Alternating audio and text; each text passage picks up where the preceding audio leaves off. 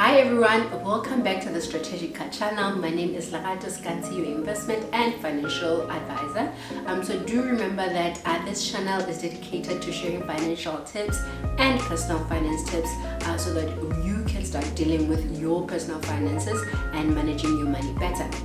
Strategica is licensed by the Central Bank of Lesotho to provide any advice, and if you do need professional advice, do contact us so that we can assist you.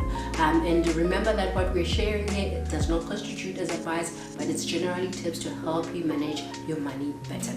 So today we're actually going to be talking about over-indebtedness and actually sharing a little bit about over-indebtedness. In the past week, the Central Bank of Lesotho hosted a roundtable that was actually discussing over-indebtedness, and I thought this also goes in line with what Global Money Week was actually highlighting, which was plan your money and plan your future.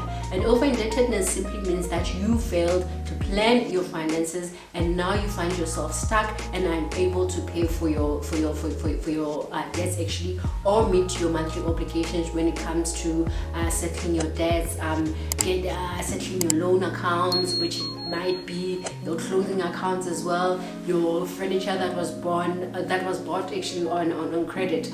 So the list goes on and on. I thought those two topics actually go hand in hand, and I thought it's very important for us to highlight the importance of over-indebtedness in the light of what was shared in the past week. So just to explain what over-indebtedness means, it just simply means that you have actually acquired more debt than you are able to pay off. So there are quite a number of reasons why people actually do this, but few that were stated were that one, you find that people are actually not truthful in terms of their disclosure when it comes to the different financial institutions when it comes to lending. So person A, for instance, wants money and then they sort of fake or forge their pay slip and then erase out some of the deductions that they are actually having on their month-to-month basis. So the particular financial institution actually sees this person as having a clean sheet with no previous records of any debts, and then when they actually run the background check, they find that everything checks out, but only to find out at a later stage that this person actually has taken on debt on top of what they already had, because at the end of the day you might exclude that particular line item from your payslip, but at month end the deduction is still going to go off. So there's also what we call irresponsible lending, where it comes from the service providers themselves not actually doing the due diligence in terms of making sure that whatever a person takes home is still enough for them to live on. In Lesotho it's supposed to be 35% of your salary. So if your debts or your monthly obligations or deductions go beyond 65% of your income, then it means that you shouldn't be taking any more debt. So your take home should always be at a minimum 35%. So I think over-indebtedness highlights the importance of financial planning for the particular reason that our income is never enough. It doesn't matter if you get 100% raise today, your lifestyle always adjusts to your income. So that is why income is never enough. So if I was on 5,000 and then I get 10,000, my lifestyle is going to quickly, within 3 to 6 months, it would have adjusted to my new income levels. So this is why it doesn't matter even if you were to go to a salary of 10,000 to 100,000, your lifestyle just adjusts and you're still going to be struggling no matter the level of income that you're at. So the main thing, or the solution to this, means that you need to sit down and plan your finances. And planning your finances means that you need to seek the help of a financial planner, sit down with them and plan your finances. Planning your finances means that you're going to look at different areas of your finances. You're going to look at your budget. You're going to look at your risk planning. You're going to look at your debts. How are you servicing your debts? Are you paying enough? Are you paying little? Should you be making extra payments? Should you be investing? And all these questions that are coming to mind when it comes to your finances, a financial planner will help you to answer them and to make sure that the income that you have is able to sustain you. And the minute that your income is able to sustain you. It means that whenever you get extra income, then it can go towards building your future, which comes to you now probably going into investing, saving more, having enough put away for your emergency fund.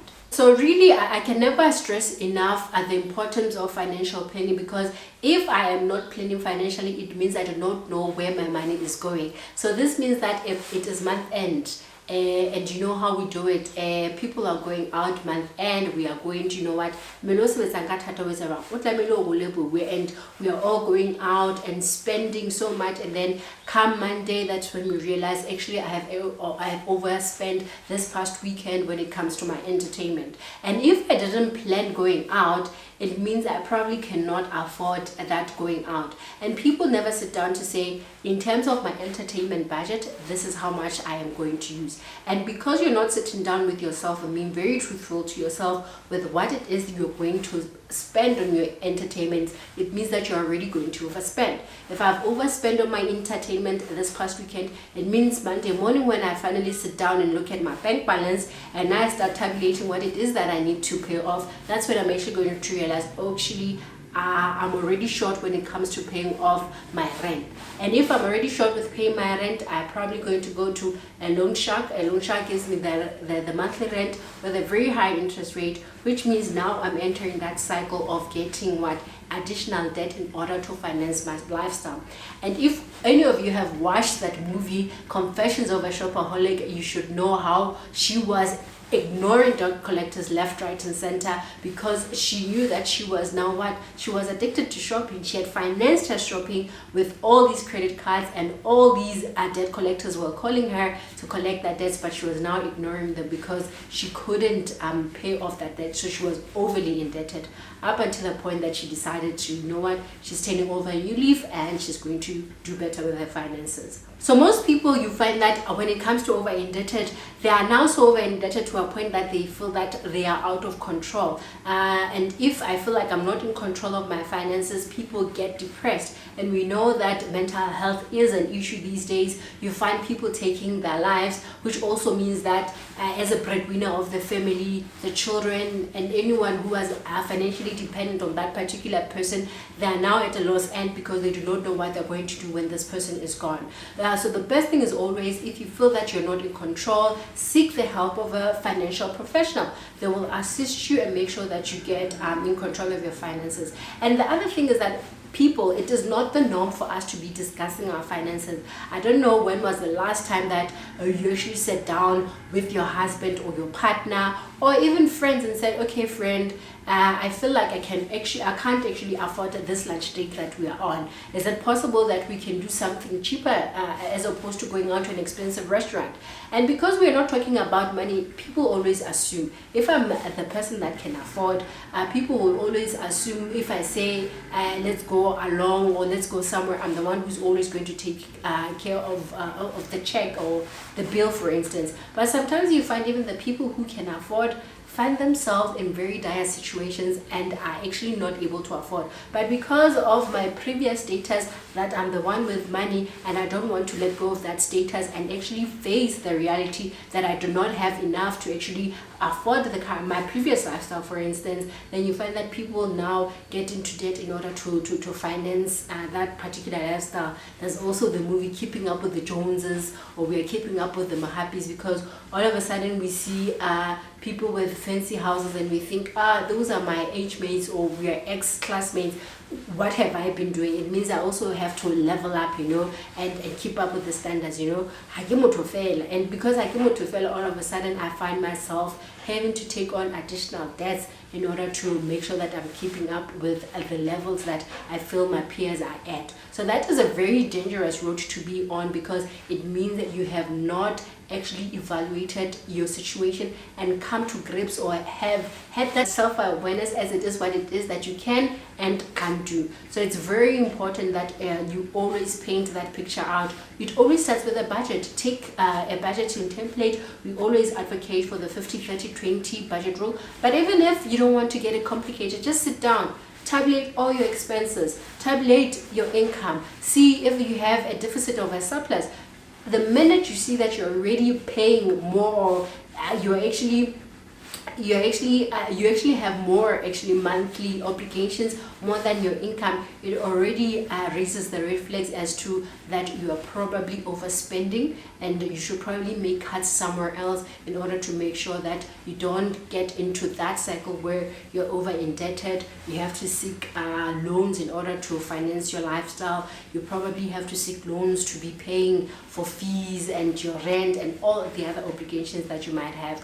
Or simply you've run out of options. You're not even avoiding the banks. You're changing your phone numbers. You're changing your address. You're probably even resigning from your current workplace and going to work elsewhere so that you are just MIA, and no one is able to locate or trace you.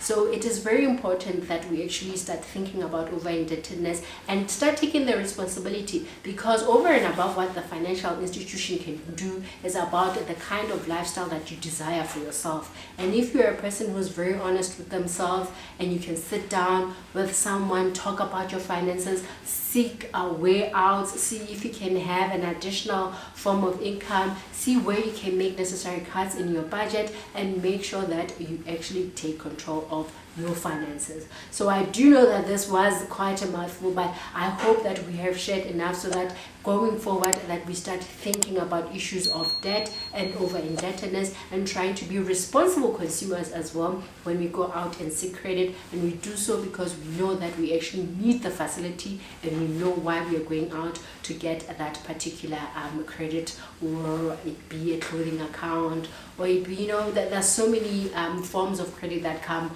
with being out there in the financial market. So please do be aware of the different options that are available to you. So thank you for watching, and see you next time.